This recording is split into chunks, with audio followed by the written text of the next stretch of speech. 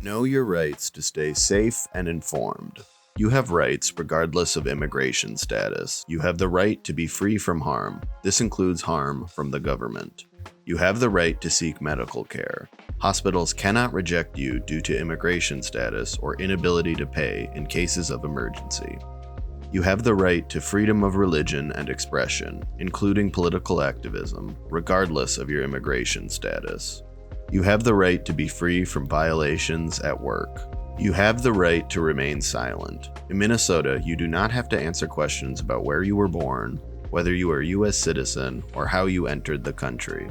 To use your right to remain silent, remember to carry a red card with you.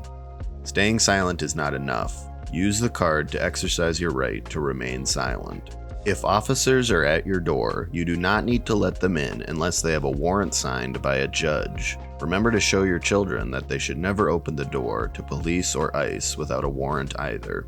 Let's learn the difference. To the left, you see a warrant signed by a magistrate, which is a judge. To be valid, this warrant must have your correct information, including your address. In this case, this order does allow entry to your home. However, ICE typically uses warrants you see to the right. This warrant is signed by an immigration officer, not a judge or magistrate. This does not allow ICE entry to your home.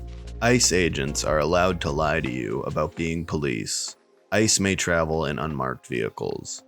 If you find yourself needing to locate someone taken by ICE, you can use the detainee locator to find out where someone is detained. You will need the person's alien number and the country of origin, or their name, country of origin, and date of birth. Spread power, not panic. If you are reporting seeing ICE, make sure to include the date and time of the sighting, a description of the exact location, and share the sighting with local rapid response networks. Avoid false reporting by paying attention to what officers are wearing, logos and names on cars and uniforms, and only sharing verified information.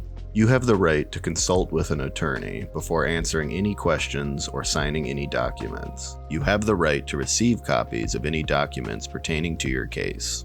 You have the right to an interpreter in any interactions with government officials, including indigenous or tribal languages. Now, how can we protect ourselves? Memorize your alien number and remember to carry with you copies of your immigration documents. This can be a work permit, a court notice, or a receipt for a pending application. If you don't have any immigration documents, remember that you always have the red card.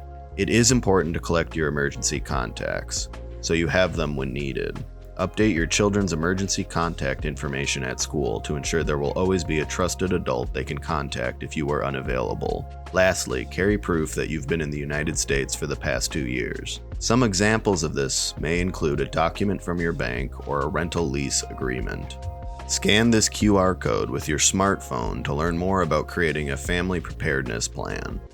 A preparedness plan can be helpful in the event a parent or guardian is detained and becomes unavailable to care for their children or other loved ones. We know asylum is a human right. You have the right to ask for asylum if you fear returning to your home country. You may present your case to an immigration judge or an asylum officer. You still have the right to apply for asylum if you are eligible. An executive order cannot, on its own, change the Constitution. Everyone has the power to advance human rights. Share this video with your loved ones so they also know their rights.